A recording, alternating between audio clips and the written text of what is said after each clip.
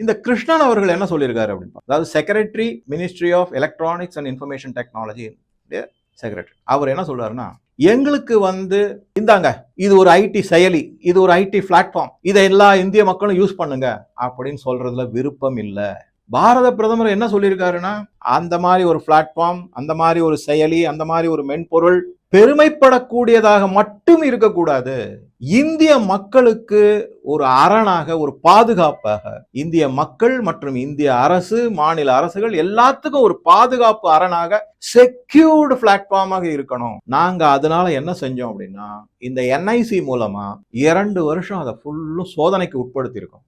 இந்த சோதனைகள்லாம் முடிஞ்சதுக்கு அப்புறமா தான் அப்பா இப்ப ஒரு பாதுகாப்பான செயலி நம்ம இந்திய மக்களுக்கு கொடுக்கலாம் அப்படின்னு மோடி அவர்கள் சொன்னதுக்கு அப்புறம் சரின்னு இப்ப மக்கள் கிட்ட எடுத்துட்டு வந்திருக்கோம். எப்படி எடுத்துட்டு வந்திருக்கோம்?